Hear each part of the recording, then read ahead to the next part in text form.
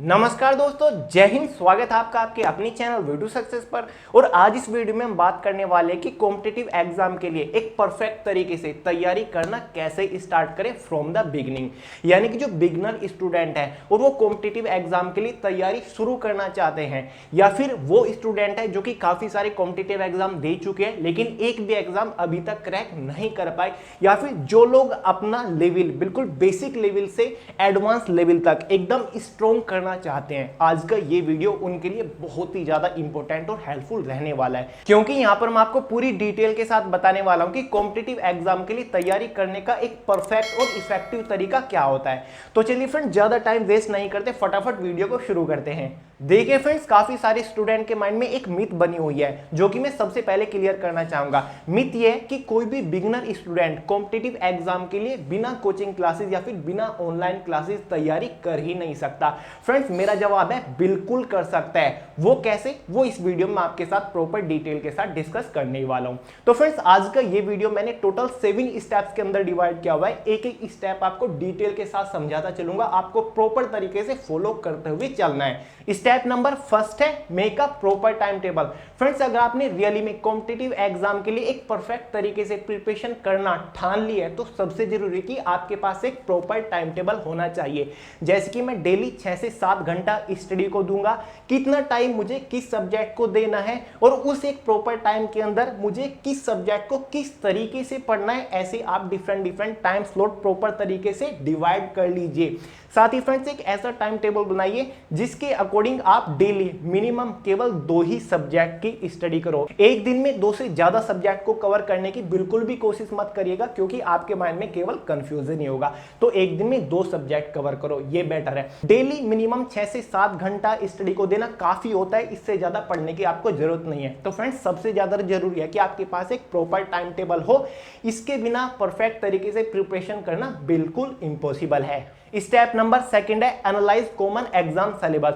Friends, basically जितने भी competitive exam होते हैं उनमें 4 सब्जेक्ट से क्वेश्चन पूछे जाते हैं, जिसमें से एक जनरल अवेयरनेस, रीजनिंग, मैथमेटिक्स, साथ ही जनरल इंग्लिश होता है।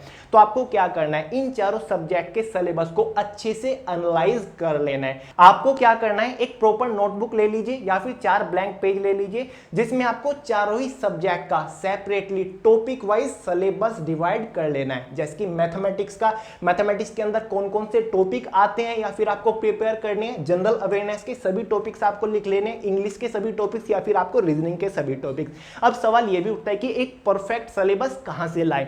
देखिए फ्रेंड्स, अगर आपको सिलेबस चाहिए तो एसएससी के एग्जाम्स का सिलेबस आप फॉलो कर सकते हो, क्योंकि आपको ऑलरेडी बता चुका हूं जो एसएससी के एग्जाम्स है उनका जो एग्जाम पैटर्न या फिर सिलेबस है वो अपने आप में एकदम परफेक्ट होता है, वो अपने आप में एकदम कंप्लीट होता है। SSC CHSL, SSC CPO, SSC CGL का आप सिलेबस निकाल लीजिए। डिस्क्रिप्शन बॉक्स में मैंने एसएससी सीएचएसएल सीजीएल सीपीओ का सिलेबस डाला हुआ है, वहां से आप डाउनलोड कर सकते हैं। क्योंकि ये एग्जाम ऐसे हैं जिनके सिलेबस में कुछ भी नहीं छोटा होता है, एक कंप्लीट सिलेबस होता है। तो आप इन एग्जाम के सिलेबस को रेफरेंस लेके अपनी तैयारी कर सकते हैं। तो फ्रेंड्स, ये काम बहुत ज्यादा जरूरी है कि आप एक सिलेबस को अच्छे से एनालाइज कर लो कि किस सब्जेक्ट के अंदर कौन कौन से टॉपिक होते हैं और आपको कौन कौन से टॉपिक पढ़ने हैं, वो आपके पास रिटन में होना चाहिए। स्टेप नंबर थर्ड है बुक सिलेक्शन। देखिए फ्रेंड्स, 90% स्टूडेंट तो अच्छी बुक्स का सिलेक्शन करने में ही गलती कर देते हैं, जिसके बाद वो ज्यादा बेनिफिट नहीं उठा पाते। तो चलिए आज मैं आपको बताता हूं कि कॉम्पिटिटिव एग्जाम के लिए परफेक्ट बुक कौन सी है बिगिनर स्टूडेंट के लिए। वैसे मैं आपको ऑलरेडी काफी सारी वीडियोस प्रोवाइड कर चुका हूं, आप देख लेना, लिंक आपको डिस्क्रिप्शन बॉक्स में मिल जाएंगे, लेकिन फिर भी मैं आपको बता दूं। बात करते हैं मैथमेटिक्स के लिए। फ्रेंड्स, अगर आप मैथमेटिक्स के लिए कोई बुक परचेज करना चाहते हैं तो ऐसी बुक परचेज करिए जिसमें टॉपिक वाइज अच्छे से दिया हो और एक टॉपिक से रिलेटेड कम से कम 200 से 300 क्वेश्चन दिए हो। जैसे कि आपका परसेंटेज है तो परसेंटेज से ही उस बुक में कम से कम 200 क्वेश्चन तो होने ही चाहिए, जिससे उस एक टॉपिक से रिलेटेड सभी टाइप के क्वेश्चन कवर हों। ऐसा केवल एक ही बुक मेरी नजर में है, जो कि डॉक्टर आर.एस. अग्रवाल एसचंद का बुक है। तो ये बुक आपके लिए परफेक्ट रहेगा, आप इसे ले सकते हैं। बिगिनर स्टूडेंट के लिए एकदम नंबर 1 बुक है। सेकंड सब्जेक्ट आता है हमारा जनरल अवेयरनेस। जनरल अवेयरनेस के लिए जो आपको बुक चाहिए, ऐसा चाहिए एक जिसमें छोटी का थ्योरेटिकल टॉपिक वाइज दिया हो, जिसके लिए बेस्ट बुक है ल्यूसेंट का। और साथ ही एक बुक जीके का आपके पास ऐसा भी होना चाहिए जिसमें टॉपिक वाइज ऑब्जेक्टिव क्वेश्चन दे, यानी कि एक टॉपिक से रिलेटेड सभी ऑब्जेक्टिव क्वेश्चन होने चाहिए। ल्यूसेंट ऑब्जेक्टिव का बुक आप परचेज कर सकते हैं। तो जीएस के लिए आपके पास ये दो बुक होनी चाहिए, एक थ्योरेटिकल और एक आपकी ऑब्जेक्टिव टॉपिक वाइज। थर्ड जो बुक आती है हमारी जनरल इंग्लिश। जनरल इंग्लिश के लिए बुक आप परचेज कर सकते हैं एसपी बक्सी की कर सकते हैं, या फिर पैरामाउंट की कर सकते हैं, या फिर आप ल्यूसेंट का जो बुक आता है बेस्ट बुक है तीनों ही। चौथा रीजनिंग का अरिहंत आर के झा या फिर अरिहंत मास्टर रीजनिंग आप परचेज कर सकते हैं, अच्छी बुक है। तो ये चार बुक मैंने आपको बताई, ये सबसे बेस्ट है, क्योंकि अगर आपको अपना कॉन्सेप्ट बिल्कुल बेसिक से अच्छे से कवर करना है तो ये बुक आपकी बाखूबी हेल्प करेंगी। इनसे अच्छी बुक नहीं है, आपको लिंक डिस्क्रिप्शन बॉक्स में मिल जाएगा चारों ही बुक का। यहां पर मैं आपको एक और इंपॉर्टेंट चीज बता दूं फ्रेंड्स, अपने स्टार्टिंग दिनों में कोई भी मॉक टेस्ट सोल्व करने की कोशिश मत करिएगा, आपके लिए बहुत ज्यादा हार्मफुल होगा। जब आप अपना कंप्लीट सिलेबस कवर कर लोगे एक बार, उसके बाद मॉक टेस्ट सोल्व करने की कोशिश करना, लेकिन जब आप बेसिक से पढ़ रहे होंगे तब मॉक टेस्ट बीच में सोल्व करने की कोशिश मत करिएगा। आपके माइंड में फ्रस्ट्रेशन, कंफ्यूजन क्रिएट होगा। जब तक सिलेबस कवर नहीं हो जाता मॉक टेस्ट या फिर प्रैक्टिस वर्कबुक को छेड़िएगा भी मत। स्टेप नंबर 4 है analyse previous year question paper.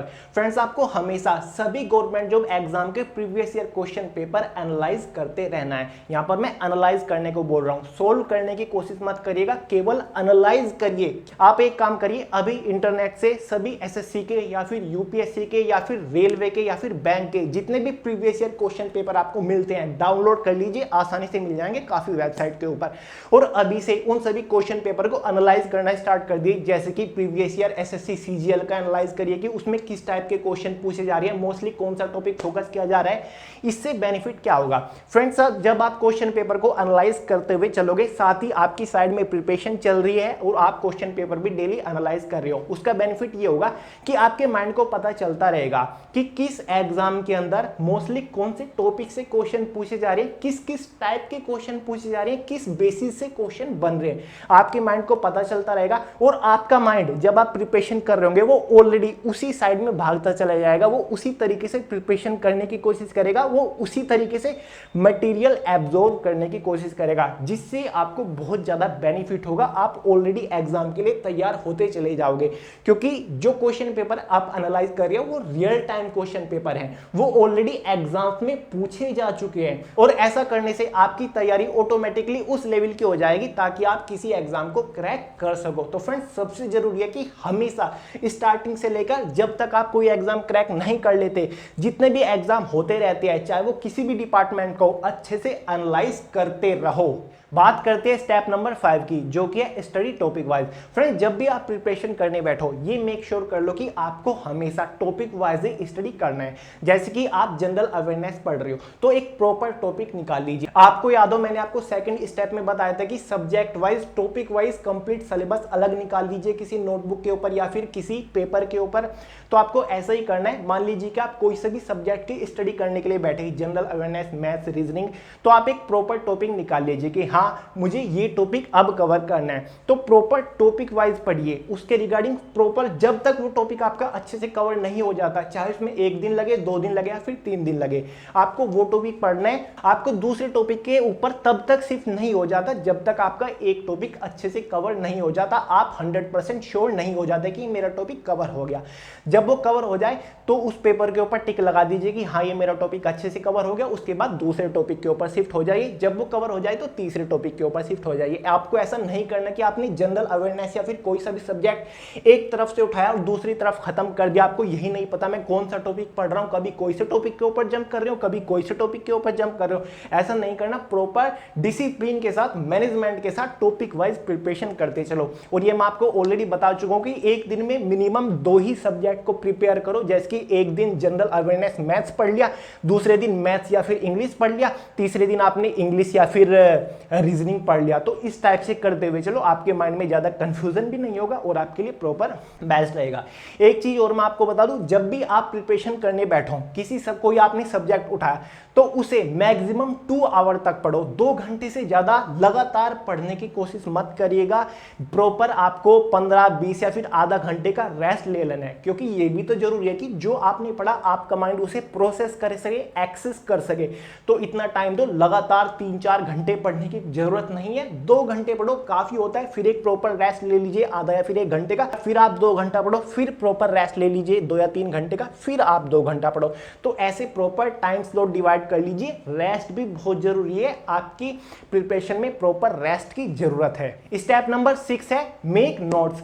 Friend, जब भी आप स्टडी कर रहे होते हैं तो हमेशा प्रॉपर तरीके से नोट्स बनाते हुए चलो। काफी सारे लोग नोट्स की अहमियत नहीं समझते, लेकिन एक स्टूडेंट लाइफ में नोट्स बनाना बहुत ही ज्यादा इंपॉर्टेंट और आपके लिए हेल्पफुल हो सकता है। मान लीजिए कि आप मैथमेटिक्स ही पढ़ रहे हैं, उसके अंदर आपके सामने कुछ कॉम्प्लिकेटेड चीज आ गई या फिर कोई क्वेश्चन बड़ी मुश्किल से आपने सोल्व करा, तो उसको प्रॉपर नोटबुक के अंदर सेपरेटली मैथमेटिक्स सेक्शन के अंदर लिख लीजिए कि इस टाइप के क्वेश्चन इस तरीके से सोल्व होता है, उसके अंदर ये लॉजिक लगता है। अपनी लैंग्वेज में आप लिख सकते हैं, जो कि आपके सामने हमेशा रहेगा। और जब आप नोट बना लोगे तो आप उसे कभी भी नहीं बोलोगे, क्योंकि वहां पर आपने अपनी लैंग्वेज में लिख लिया। और आप कभी भी नोट्स को रिवाइज कर सकते हैं। जब भी आपका कोई कॉम्पिटिटिव एग्जाम आता है तो उससे पहले जितने भी आपने नोट्स बनाए उनके ऊपर अगर आप एक बार नजर मार लो तो आपके लिए बहुत ज्यादा हेल्पफुल रहता है। तो फ्रेंड्स, हर एक सब्जेक्ट के लिए प्रॉपर सेपरेटली नोट्स बनाते हुए चलिए, आपके लिए बहुत ज्यादा इंपॉर्टेंट रहेगा।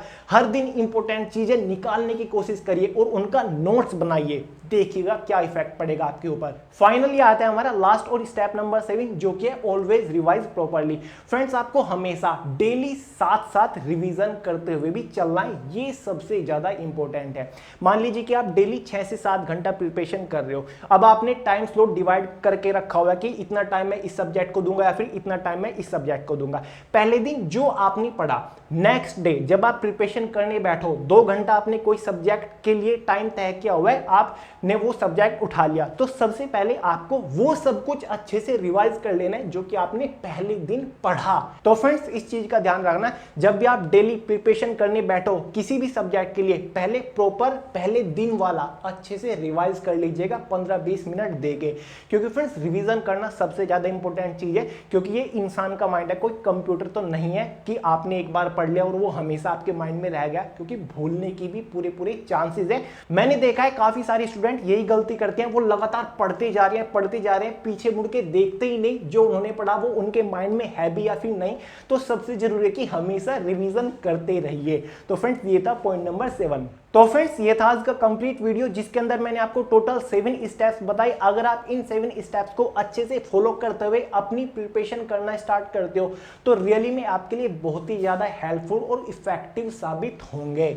तो चलिए फ्रेंड्स, आज की इस वीडियो में इतना ही रखते हैं। पसंद आई है तो वीडियो को लाइक जरूर कर दीजिएगा, अपने दोस्तों के साथ ज्यादा से ज्यादा शेयर जरूर करना। चैनल सब्सक्राइब नहीं किया तो फटाफट चैनल को सब्सक्राइब करके बेल आइकन प्रेस कर दीजिए। और अब आप वे टू सक्सेस 5 को इंस्टाग्राम के ऊपर भी फॉलो कर सकते हैं। तो चलिए फ्रेंड्स, मिलते हैं अगली वीडियो में बहुत जल्द। तब तक के लिए जय हिंद।